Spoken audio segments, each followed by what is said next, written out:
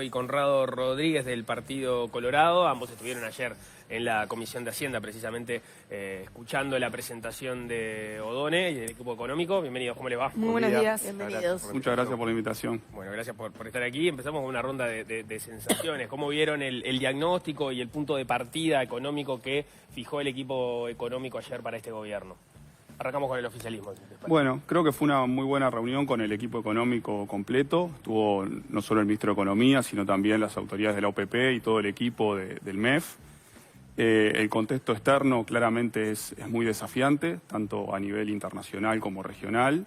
Y bueno, a nivel de lo que son las cuentas públicas, que es en lo que más se centró la reunión, claramente la situación está lejos de ser la ideal. Tenemos un déficit fiscal que es similar, prácticamente idéntico al que teníamos hace 5 años, en el entorno del 4,2 o 4,3%, según se tome diciembre del 24 o febrero del 25, pero como bien decía el ministro después en la ronda de prensa y en la propia reunión, hay una serie de pagos que se debieran haber hecho en el 2024 y se postergaron, además de adelantos de impuestos que se debieran haber dado en el 2025 y se adelantaron para 2024, que en conjunto aproximadamente hacen que ese déficit se pueda estimar en términos más realistas en medio punto del PIB más del que es, con lo cual estamos ante un déficit fiscal que es el mayor desde que se tiene estadísticas, desde el año 90.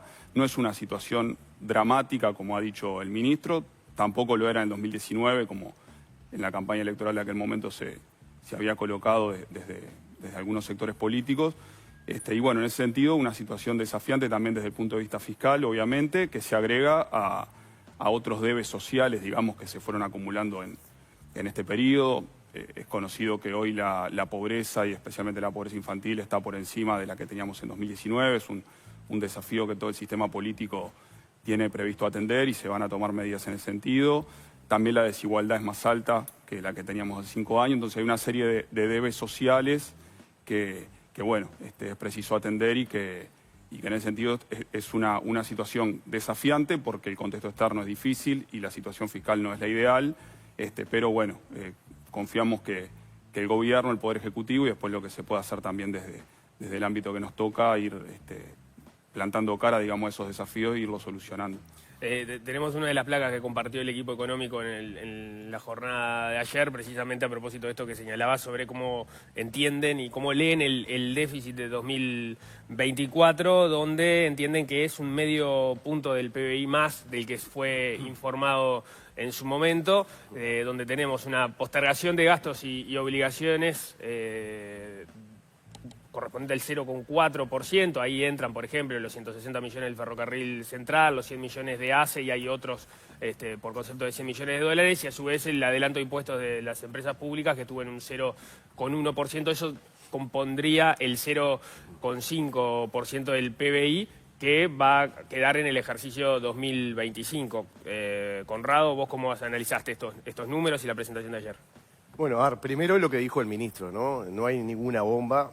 Algunos legisladores del Frente Amplio han venido hablando de como una catástrofe que tiene el Uruguay. El ministro ha sido muy claro, la economía uruguaya es una economía sólida, una economía fuerte, que tiene algunas cosas para poder corregir y para poder avanzar. Yo siempre hablo de lo que son las fortalezas del Uruguay. El ministro también lo hace, no a lo mejor con estas palabras, pero sí lo ha dicho en varias oportunidades, porque el Uruguay en estos últimos años ha crecido en materia de empleo, ha bajado la inflación, ha crecido en materia del salario real, ha logrado la mejor calificación de deuda de su historia, que eso implica poder pagar menos intereses de lo que se pagaban antes, y eso implica también tener mayores recursos para poder trasladarlos a otras áreas de la sociedad. Entonces el Uruguay ha construido todas estas fortalezas, ha tenido una regla fiscal que ahora el ministro pretende mejorarla. Y lo que se ha hablado en el día de ayer tiene que ver con lo que decía Bruno, del tema del déficit fiscal. Ahí hay varias interpretaciones para hacer. Porque primero se habla de que la deuda, lo que se le llama la deuda flotante, ¿no? Deuda que tenía vencimiento en el año 2024 y que se posterga su pago para el año 2025, no es un fenómeno excepcional. Porque el anterior gobierno del Frente Amplio, el de Tabaré Vázquez, también le dejó una deuda flotante al gobierno de Lacalle Pou. Se estima que es el 0,5% del producto, esa deuda flotante, del 2019 al 2020. Estamos hablando de cifras muy importantes que también el gobierno anterior tuvo que pagar cuando tenía vencimientos anteriores. O sea que no es algo excepcional, es algo bastante corriente. Ahí está. Entonces, El número que ustedes tienen es que la deuda flotante en el cambio de gobierno anterior fue similar a este. Esta es un 0,1, una décima más, ¿no? No hay un cambio sustancial y podemos discutir si el déficit fiscal es mayor ahora que el año 2019. Nosotros tenemos números que avalan de que fue mayor en el año 2019. Hay también que ver cómo se contabiliza el déficit fiscal, si se incluye, por ejemplo, la política monetaria del Banco Central o si se excluye la política monetaria del Banco Central. Entonces, a ver, ahí no está la discusión. Yo creo que la discusión está en las fortalezas que tiene el Uruguay y las posibilidades de cara al futuro. Y los proyectos, a ver, nosotros escuchamos al ministro Done muy atentamente, fue la verdad una exposición muy buena, fue en un tono muy cordial con los diputados. Lo que sí no vimos fueron los proyectos, o sea, no vimos dónde, por ejemplo, el ministro hablaba de la inversión, ¿no? Que es fundamental la inversión para generar mayor crecimiento. Suscribimos, firmamos, o sea, estamos de acuerdo. Ahora, hay señales que el propio gobierno está dando en otras carteras, como la cartera del Ministerio de Trabajo, que no van justamente en el estímulo a la inversión, ¿no? Cuando habla de la posibilidad de reglamentar nuevamente las ocupaciones, no es un estímulo a la inversión y al crecimiento y al empleo. Por lo tanto, ahí hay voces, es como una partitura de música que unos tocan un instrumento de una manera y otros están tocando otro instrumento de otra manera. Entonces no hay armonía y eso genera así algunos conflictos que vamos a tener en los próximos días. Ahora podemos entrar sobre esos puntos. Me interesa, para cerrar esto, ¿cómo ves vos, Bruno, lo que plantea Conrado de la deuda flotante en términos similares al periodo anterior? Porque, digamos, más allá de que el Ministerio de Economía no lo ha expresado de esa forma, han aparecido otros actores que sí, que, digamos, y si vamos a las metáforas, me parece que hemos discutido mucho sobre metáforas en estos últimos días, pero se ha hablado de las bombas, los cangrejos abajo de las piedras, las Ferrari chocadas, etcétera. Da la impresión de que había un discurso del gobierno de que esto era distinto a lo que venía pasando. Sí, yo creo que, naturalmente, como decía Conrado, todos los gobiernos dejan para adelante, por el propio funcionamiento del Estado, algunas postergaciones de pagos. Lo que sí creo, y quedó planteado en la exposición de ayer, que en este caso fueron mayores las cosas que se dejaron para adelante. Ahí hay una discusión entre lo que es el concepto de deuda flotante, que es una parte de lo que queda pendiente. Después hay otro tipo de mecanismos administrativos que pueden generar algunos pagos para después. Pero bueno, es más que nada en términos de magnitud y no solamente la deuda flotante, sino también algunos gastos no endógenos que se dejaron pendientes para 2025, como es, bueno, el tema de pagos por obras de PPP, Ministerio de Defensa, que en realidad no son deuda flotante, pero que están comprometidos para pagar en lo inmediato y que, si bien eso no se agrega, digamos, a la cuenta del déficit fiscal, es algo que queda comprometido también para lo inmediato en el nuevo Claro, gobierno. pero ayer este ejercicio de comparar cuánto gasto se postergó para el año entrante y cuánto impuesto se adelantó, no se presentó ese dato en relación al pasaje de gobierno anterior para comparar las magnitudes. Sí, lo que pasa es que el Ministerio de Economía y el equipo económico no hicieron énfasis en esa comparación con Pero 5 años dato, antes, que desde los el punto de legisladores vista del Frente Amplio, por ejemplo, que Sí, tienen un ímpetu fuerte por en este ejemplo, punto, no lo tienen. En el caso de la deuda flotante, también es distinto si uno mira diciembre del 24 que si uno mira febrero del 25, porque entre enero del 25 y febrero del 25 la deuda flotante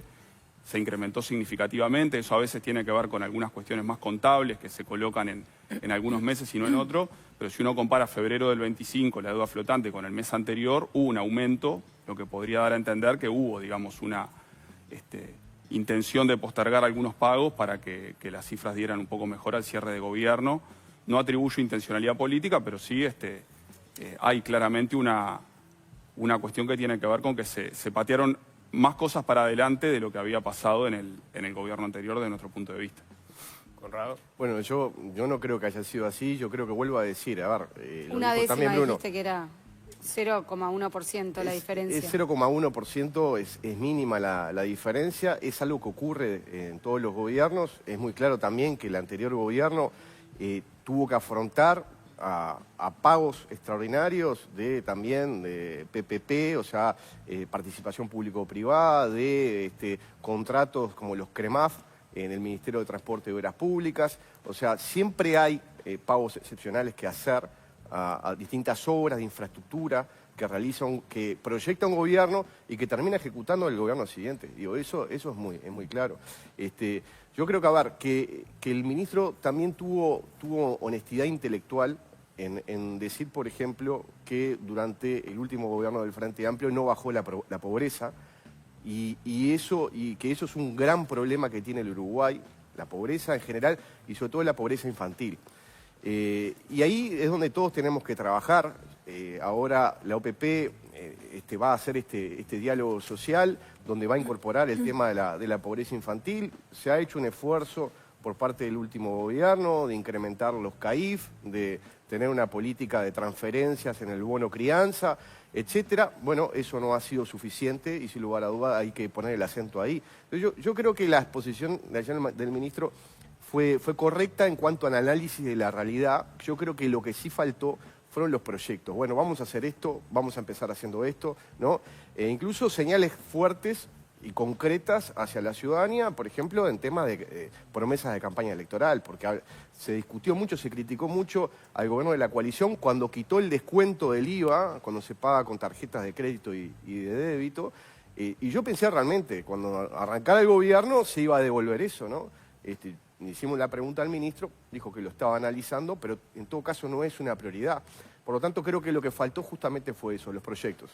Ahí quería justamente preguntarles, porque a la salida de la reunión, el diputado Pablo Abdala hizo un comentario parecido al que estás haciendo vos.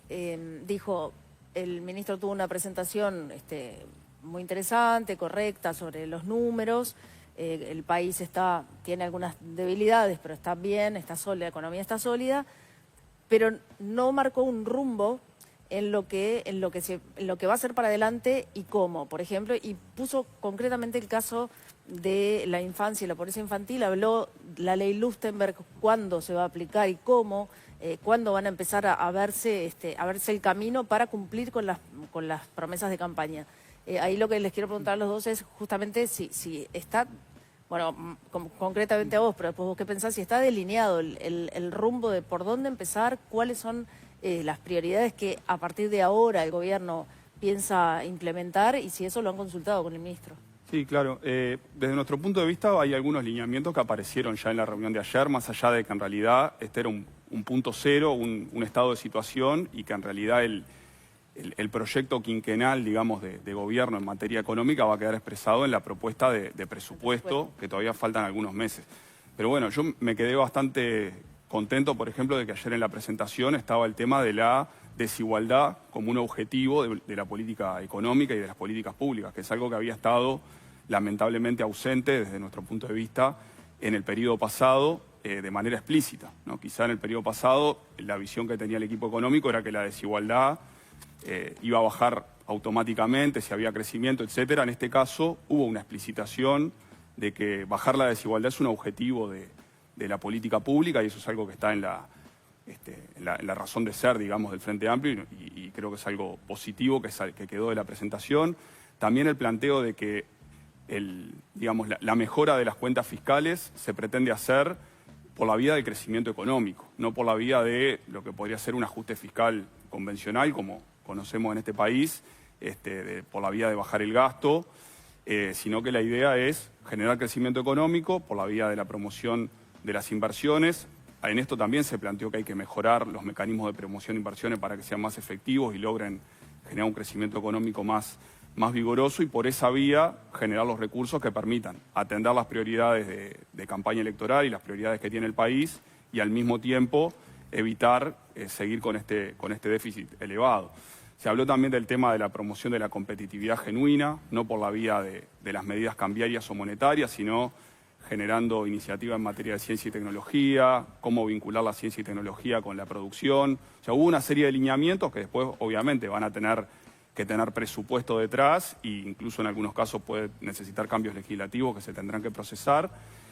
Bueno, también, por último, el tema de la primera infancia se colocó como una prioridad que va a venir en el presupuesto. Se habló del objetivo de reducir dramáticamente, estas fueron las palabras del ministro, la pobreza infantil, que es algo que, si bien en el periodo pasado se tomaron medidas, la realidad es que no se logró, tuvimos un aumento de la pobreza infantil y eso es algo que va a requerir una prioridad política y presupuestal muy fuerte. La duda que se me genera ahí es, porque es algo que se viene repitiendo, es algunos proyectos o algunas ideas necesitan de presupuesto, por supuesto, lo sabemos. Ahora, hay un presupuesto que viene ya del gobierno anterior. ¿Alguna de esas propuestas se pueden empezar a implementar con este presupuesto que tenemos ahora o para todo hay que esperar a que esté el presupuesto finalmente aprobado? No, porque para eso falta. Sí, hay las 48 medidas, digamos, que se plantearon en Colonia en medio de la campaña electoral, estaban planteadas para poder hacerlas en el primer año sin la necesidad del nuevo presupuesto por la vía de reasignación de gastos. Eso, bueno, también dependía de cómo se encontraran las cuentas públicas, si puede tener algún reajuste, pero básicamente eran medidas que se podían hacer. Y sí, una bajada, digamos, sustantiva de la pobreza infantil por la vía de un fortalecimiento mucho mayor de las transferencias, por ejemplo, y otras medidas, por ejemplo, de empleo, etcétera, va a requerir digamos, a partir del año que viene, con el nuevo presupuesto, un fortalecimiento allí. A mí hay algo que me llama la atención y es que cuando asume el gobierno de coalición, el tema del déficit fiscal era inadmisible, no se puede tener esto, no se puede gobernar así, y así asumieron, ¿no?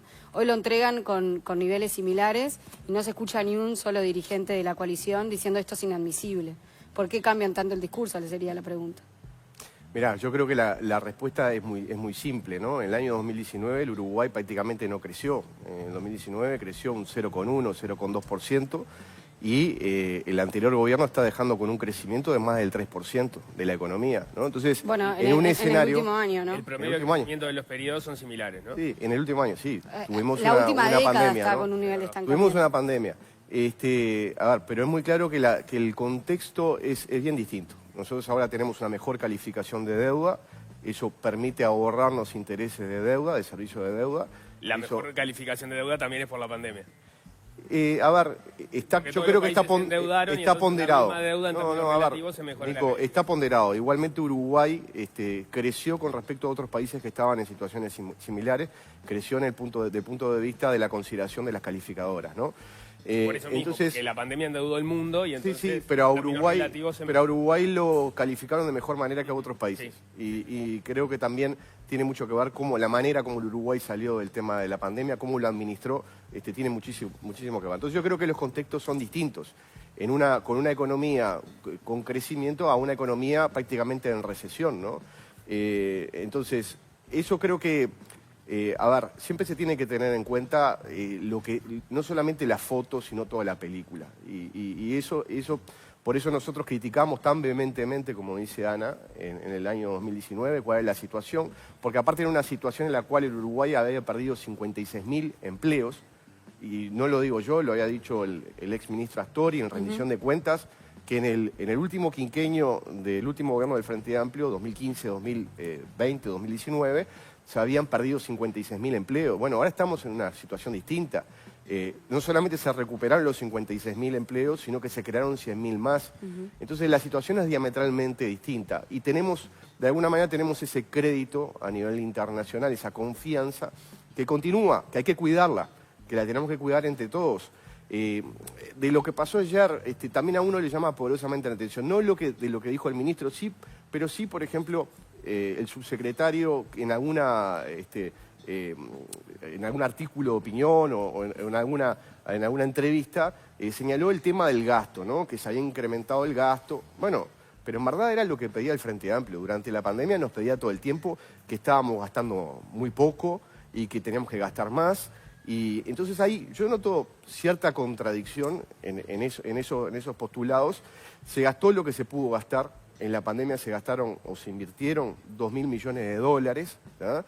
Y eso fue la asistencia que pudo hacer el Estado a toda la situación que vivimos. Y aún así, y sumado a la crisis hídrica, tuvimos la oportunidad, a través de un buen manejo económico y la credibilidad que generó el país, de poder salir adelante y de poder generar crecimiento, ¿no? Lo paradójico igual es que justamente en los años de pandemia fue donde el déficit se mantuvo más controlado, ¿no? Porque los problemas del déficit fiscal vienen cuando se recupera el salario. Bueno, en la pandemia en verdad aumentó el déficit, pero después pudo bajar, ¿no? Se aumentó de manera concreta con el fondo sí. COVID, pero si uno mira los Estaba niveles de déficit encapsulado, fiscal estaban encapsulados en el fondo pero COVID. vos decías que hay que mirar la película y me interesa ver eso porque en realidad, por ejemplo, hoy la diaria titula, a propósito de la comparecencia del ministro de ayer, O'Donnell sostuvo que el déficit fiscal al cierre de 2024 es el más alto de los últimos 35 años. Y me da la impresión de que es una frase que puede volverse, digamos, un latiguillo político a utilizar en el próximo tiempo cuando se hable de los números fiscales. Les pido que a la producción si me ponen la placa, porque quiero por lo menos, ustedes estuvieron adentro, yo no escuché cómo lo plantea el equipo económico, pero lo que se ve en esa placa que presentó el equipo económico es efectivamente que si uno toma el último año de cada gobierno, el déficit fiscal habría sido más elevado en este último periodo. Pero claro, ahí se agrega precisamente esto que veníamos hablando, la postergación de gastos, los adelantos a las empresas públicas, y por lo menos como está graficado no parece ser lo mismo para los otros cierres de periodo.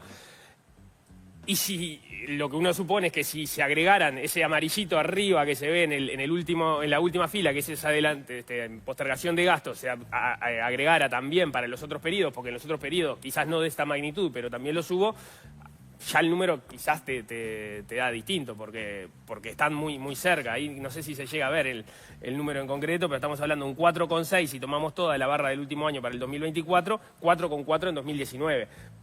¿Hay una trampa, una pequeña trampa ahí? No, yo creo que el concepto es que el déficit es más o menos similar que el que había en 2019, que hay algunos compromisos que desde nuestro punto de vista se tendrían que haber hecho frente en el 2024, que se patearon para adelante y es parte de lo que vamos a tener que gestionar este año.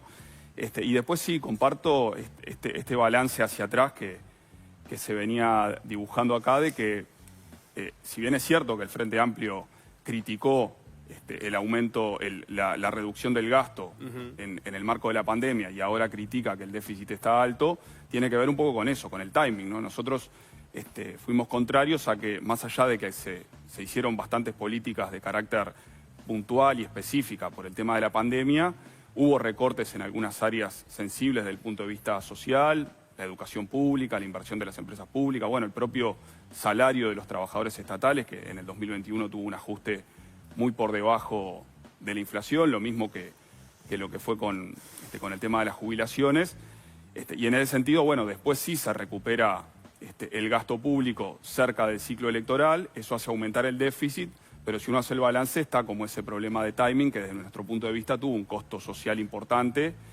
Y si vemos al día de hoy, hay algunos países de América Latina, por ejemplo, que todos sufrieron la pandemia, que tienen menos pobreza que la que tenían en 2019, y hay algunos menos que tienen más pobreza que la que tenían en 2019, y uno de esos es Uruguay. Entonces, en esa comparación también internacional que siempre incide, y para todas las evaluaciones hay que tener en cuenta lo que pasa en Argentina, lo que pasa en Brasil, lo que pasa en el mundo, vemos que nos queda gusto a poco con los resultados del último gobierno. O sea, muchos países lograron, a pesar de la pandemia, reducir la pobreza y la desigualdad en el quinquenio, y Uruguay no, digamos. Pero, dale. No, tengo dos apuntes. Antes de volver al tema de la pandemia, te quería hacer la misma pregunta que le hice a Conrado en relación a esta cosa del doble discurso que tienen los políticos cuando cambian de gobierno. Porque hoy escuchamos a dirigentes del Frente Amplio hablar de bombas y de lo impresentable del déficit fiscal, pero en 15 años de gobierno del Frente Amplio, ustedes recibieron en el primer gobierno de Vázquez un déficit fiscal que estaba cercano al 1%, lo aumentaron al 2,5%, Mujica dijo que lo iba a bajar, lo subió al 3,5%, Vázquez en su segundo mandato dijo que lo iba a bajar y lo subió al 4,8%, que después terminó siendo un 4%, un poco menos por el cambio de metodología. Y ahí ningún dirigente del Frente Amplio dijo esto es una bomba, esto es inadmisible, y lo están diciendo ahora. No, bueno, yo calificativos como eso no usé, pero creo que la diferencia, y más allá de que puede ser algo que dé para mucho rato, está en los resultados sociales, en todo caso, de ese déficit. Yo creo que el Frente Amplio, con los datos que se conocen hasta ahora de pobreza, bajó la pobreza del 40% al 8%. Obviamente que eso implicó en algunas áreas mayor gasto, puede haber implicado mayor déficit, incluso mayor al que en algún momento se previó que tenía que haber. Creo que todos acordábamos que en el 2019 el déficit era mayor del que nos hubiera gustado. Lo que decíamos es que no lo considerábamos una situación dramática ni inadmisible, pero creo que la diferencia está en eso, en los resultados sociales, más allá de que reconozco que el gobierno pasado tuvo que lidiar con una pandemia, con una sequía, que obviamente es un contexto sumamente Ayer repasaba, complejo. por ejemplo, un estudio de la CEPAL que dice que la pandemia provocó en América Latina y el Caribe los niveles de pobreza más altos sin precedentes en los últimos 20 años, con países muy castigados como por ejemplo México, donde del año 2019 al 20 la pobreza aumentó del 10 al 18%, en Honduras del 20 al 26%, en Ecuador del 7 al 12%. Digo, son números muy significativos y profundos Eso como pasó. para no Pasó- contemplar en una ecuación que iba a ser Pasó en dramática. toda América ¿verdad? y pasó en todo el mundo. Y no tener en cuenta que tuvimos un cataclismo como fue la pandemia, que cambió nuestro estilo de vida directamente, ¿no? Con todo lo que significó para todos los uruguayos. Hay que tener en cuenta, obviamente, eso. Hay que tener en cuenta que tuvimos una crisis hídrica que no la veíamos hacía 100 años, ¿verdad? Y que eso también produjo que el producto de alguna manera se enlenteciera en su crecimiento y que también hubiera que poner mucho dinero para poder morigerar de alguna manera esa situación. Entonces, por eso digo que hay situaciones donde uno tiene que mirar la película. Y si uno mira la película, el Uruguay salió bien de la pandemia y eso es incuestionable. Esto ha sido reconocido por todos y ha generado condiciones importantes para el crecimiento. Por ejemplo, la calificación de deuda es uno, pero también la baja de la inflación.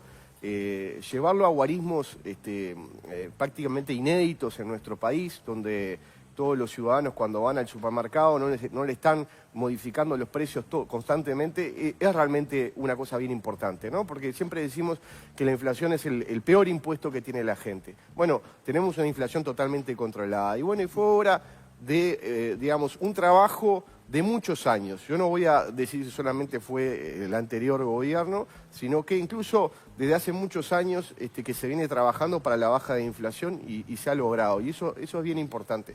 Y la creación de empleo. A ver, si hablamos de la política social, Alejandro Echugarri decía que la mejor política social que existe es justamente la generación de empleo.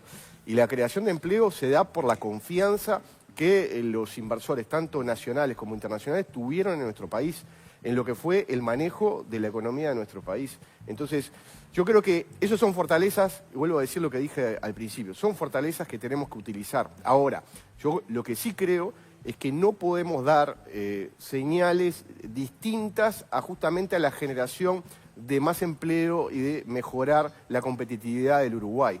Porque si decimos, no lo dijo el ministro, porque yo ayer se lo pregunté, a ver si él creía que había que subir el impuesto al patrimonio, porque algunos actores del Frente Amplio venían diciendo que había que subir el impuesto al patrimonio, el ministro lo descartó, pero esa señal es muy fuerte justamente en contra del objetivo que se está trazando el propio Ministerio de Economía. Se va a retraer la inversión y se va a retraer el empleo y el salario. Entonces, es muy importante las señales y creo que en eso, creo que el gobierno ahí tiene, en la partitura, tiene músicos que están tocando música distinta.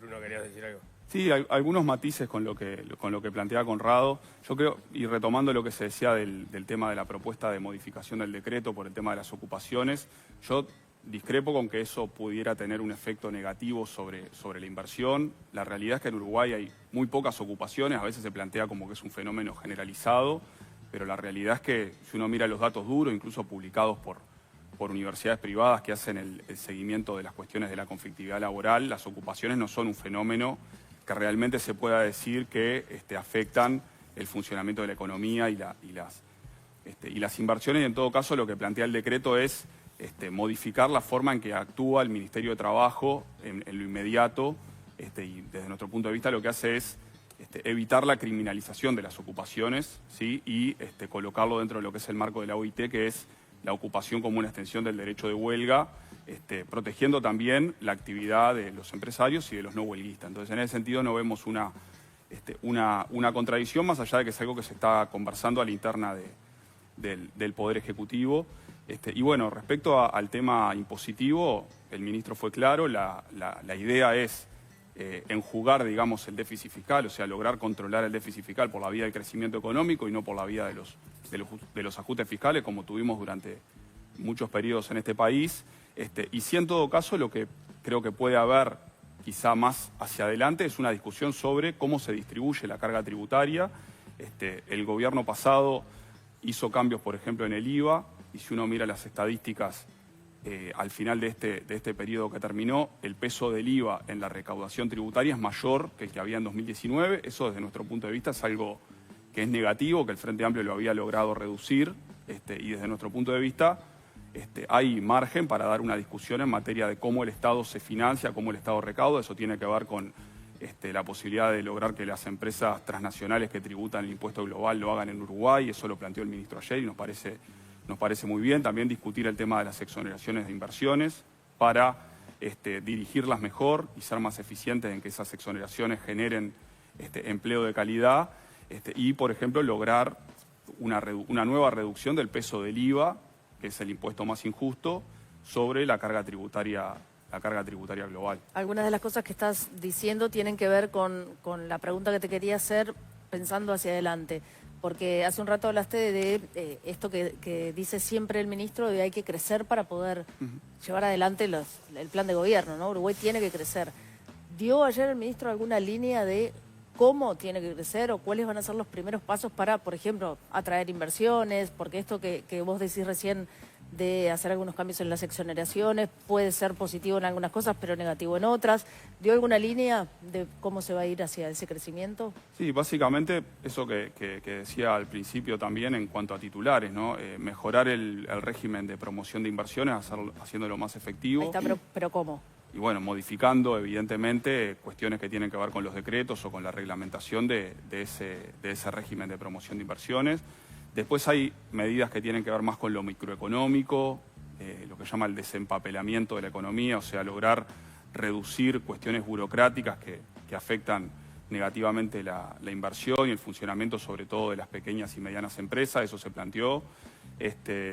Y bueno, eso que decía anteriormente, que tiene que ver con la ciencia, tecnología e innovación, que es algo en lo cual Uruguay está rezagado respecto al resto del mundo, que eso, buscar las medidas en que eso se logre, digamos, atar más con la producción y con la inversión, lograr la mejora de la competitividad por esa vía. Obviamente que es más fácil mejorar la competitividad de la economía por la vía cambiaria o por la vía de la reducción de costos, pero esa vía, que quizá no es tan inmediata, genera mejores resultados a la larga, ¿no? Un aumento genuino de la competitividad y de la productividad por la vía de incorporar cada vez mayor innovación, mayor tecnología a la producción.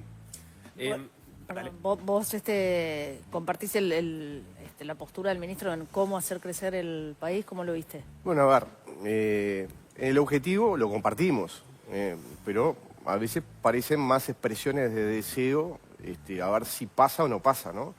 Muchas veces los equipos económicos, no digo que solamente ¿no? Hacen sus proyecciones y dicen, bueno, el Uruguay va a crecer una tasa de tanto, tal año tanto, y después eso no se da, como no se dio en este último gobierno por fruto de la pandemia, esto está muy claro, pero tampoco se dio en el anterior gobierno, el cabezado por el presidente Tabaré Vázquez, donde allí sí hubo dos ajustes fiscales, año 2016 y 2017, donde se fue contra el ingreso de las personas, el ingreso de los trabajadores y los jubilados, porque se aumentaron las tasas del IRPF y del IAS. Y el año siguiente hubo después otro ajuste fiscal en algunos impuestos que eran distintos a estos, pero ahí sí hubo un ajuste fiscal, y a pesar de que hubo un ajuste fiscal, los números de la economía indicaron un déficit fiscal altísimo, ¿no? Entonces, muchas veces los Ministerios de Economía proyectan y dicen, bueno, vamos a hacer una consolidación fiscal, que en verdad es un ajuste fiscal, pero por vía solamente de crecimiento económico. Digo, ojalá que sea así, porque el Uruguay no aguanta una mayor carga impositiva. Y yo creo que también un hecho destacable en el anterior gobierno fue la rebaja de algunos impuestos. De hecho, se bajó el IRPF y el IAS, se bajó sobre altos, ¿no? O sea, para aquellos, en realidad para... Nico, para aquellos que pagan estos impuestos, que no son todos, claro, obviamente que es un porcentaje, Pero creo que fue bien importante. En el caso de los jubilados fue en la primera franja, como es una tasa progresional, en la primera franja hubo una exoneración a todos los jubilados que pagan el IAS. A todos los jubilados que pagan el IAS, Que ¿cuántos pagan el son? IAS. Es un tercio, un cuarto de todos los Sí, jubilados. Pero también Digo, hubo, porque si pero tenemos hubo problemas otras políticas fiscales públicas. y desajustamos el cinturón justo a los que pagan Está más, bien. también es discutible. Pero si hay- bajaste si hay impuestos, otras- pero le bajaste impuestos Bajaste a los que más impuestos tienen. a trabajadores jubilados y empresas, pequeñas empresas, y por otro lado también aumentaste las transferencias en las capas sociales de menores ingresos. También podemos Porque eso discutir es un dato que no resiste análisis, ¿no? Eso Igual fue así. el tema de los 2 puntos de IVA es la eterna discusión, si es impuesto o no es Ese- impuesto. ese- Depende cómo lo veas, pero Impuesto es, pero lo que se quitó fue un descuento. claro, pero en los El- hechos, cuando compramos con tarjeta de débito o de crédito, pagamos más que lo que pagábamos antes. Yo personalmente, Paula, critiqué de que se quitara ese descuento. Creo que no tenía ningún sentido. Lo que se pasó a recaudar por ese concepto fue muy poco y que no tenía ningún sentido. Bueno, se tomó esa decisión en aquel momento y bueno, no tenemos que estar siempre de acuerdo. Una duda que me surge, no sé si se llegó a manejar ayer, es cómo se va a plantear el presupuesto pensando en esto. El crecimiento es el que va a asegurar el financiamiento de las políticas sociales, pero las medidas para impulsar ese crecimiento son de mediano plazo, no está claro cómo va a calzar eso, ni en qué magnitud va a calzar, y entonces está la dificultad de eso, de saber, bueno, cuánto vas a tener para financiar las políticas. En el gobierno, en el segundo gobierno de Vázquez, si no me equivoco, lo que se hizo fue un presupuesto que en definitiva fue cada 2 años, se aseguraron los primeros 2 años y después los otros 3. Los aumentos. Los aumentos, exacto. No sé si se llegó a manejar algo de cómo se va a hacer eso ahora. No, eso no se planteó explícitamente. El presupuesto, por ser el primer año de gobierno, a veces se confunde con las fechas de la rendición de cuentas, claro. que entra a mitad de año. En realidad el presupuesto entra el 1 de septiembre al Parlamento, entonces todavía hay un tiempo como para que el equipo económico y el Poder Ejecutivo en su conjunto, en realidad, diseñe, digamos, esas cuestiones más finas de cómo se va a proyectar el crecimiento económico y cómo eso va a tener impacto en las proyecciones de gastos y ingresos posibles hacia adelante.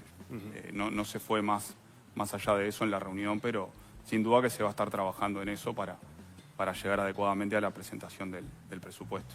En ese sentido, ayer lo que faltó, digo, si bien no se habló del tema del presupuesto, me parece que lo que faltó sí es algo que Astori repetía muchas veces en la Comisión de Hacienda y que me parecía muy bueno, porque él hablaba siempre de ver la calidad del gasto. Porque siempre nosotros, los políticos, discutimos en el Parlamento a ver si el presupuesto de la ANEP se incrementó o no se incrementó, si el presupuesto de tal ministerio se incrementó o no se incrementó, ¿no? En términos reales.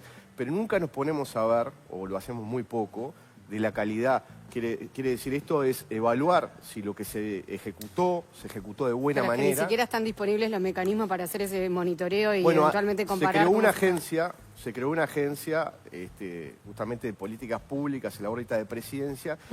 Creo que sería bueno que el actual gobierno tuviera una mirada allí para poder justamente evaluar las distintas políticas y evaluar de qué manera Y viene redirigir, gastando el Uruguay, claro, ¿no? si Porque en eventualmente se está definitiva, gastando si mal. se viene gastando mal, se puede ajustar y esos recursos se pueden utilizar para otras áreas del gobierno, ¿no? O del Estado. El desempapelamiento, por ejemplo, ¿no es parte de medidas de ese tipo? Sí, yo comparto lo que dice Conrado. No importa solamente la magnitud del gasto, sino también la calidad del mismo, y creo que es positivo que se avance en términos de generar ámbitos donde eso se pueda profundizar y mejorar.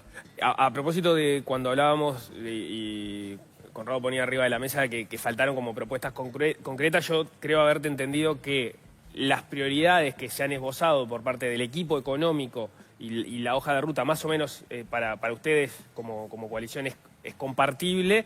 Lo que te pareció es que ayer faltaron las propuestas concretas de cómo llevar adelante esa hoja de ruta y en todo caso has visto señales en el gobierno de diferencias internas, como no es que ustedes no compartan la hoja de ruta del Ministerio de Economía, sino que hay gente dentro del Frente Amplio que no la comparte. Ese es el diagnóstico. Ese es el diagnóstico y uno lo ve, por ejemplo, cuando empezó el gobierno, se empezó a hablar del IVA personalizado, ¿no?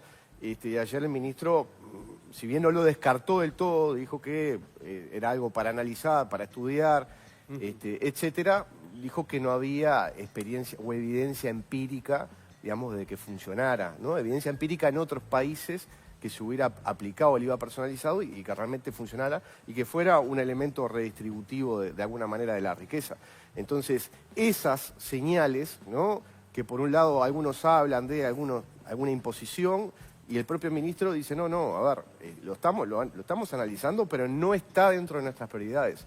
Entonces, nosotros compartimos eso con el ministro, pero eso decimos, hay otras señales que hacen ruido, que hacen interferencia y que pueden tener consecuencias a la hora de la inversión, a la hora de la credibilidad y la confianza. Bruno, sobre eso. No, yo creo que dentro del Frente Amplio hay una visión histórica y compartida, que es que los impuestos indirectos, que son los más injustos, como el caso del IVA, debería tenderse a que disminuyan su participación en la carga tributaria global.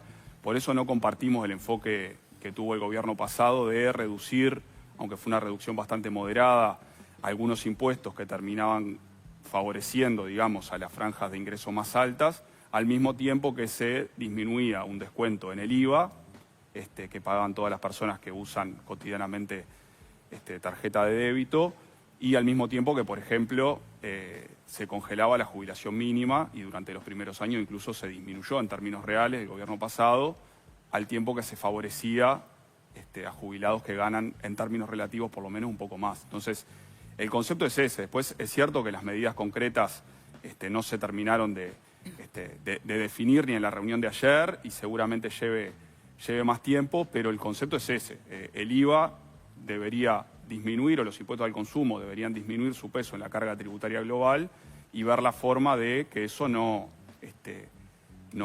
afecte, digamos, el funcionamiento general de la economía y termina redundando en una mejora de las grandes mayorías, que son los que destinan la mayor parte de su ingreso al consumo. Ahora, cuando vos decís el IVA debería disminuir, porque hace un rato hablábamos, ¿no?, Conrado decía que el ministro dijo que se estaba analizando esta posibilidad de volver a devolver 4 puntos de IVA. ¿Es ahí donde debería disminuir o por otros mecanismos? Eso es lo más inmediato, porque sería revertir algo que hizo el gobierno pasado. El ministerio planteó que lo estaba analizando, no es algo que esté definido, y después habrá que discutir otros mecanismos, si es por la vía del IVA personalizado, para lograr que aquellos sectores que tienen menores ingresos paguen menos de IVA y de esa manera reducir la carga, o otras medidas que se puedan implementar, digamos, bajo ese concepto. Yo comparto que sería positivo ir en ese sentido, y particularmente la reversión, digamos, de lo que fue la medida del gobierno pasado de quitar esos 2 puntos de devolución como primera medida, ¿no? Bien. Conrado Rodríguez, Bruno Chometti, muchísimas gracias por estos minutos. Muy amable, Gracias por a venir. ustedes. Tenemos que hacer una tanda, pero antes tenemos que compartir una noticia. Murió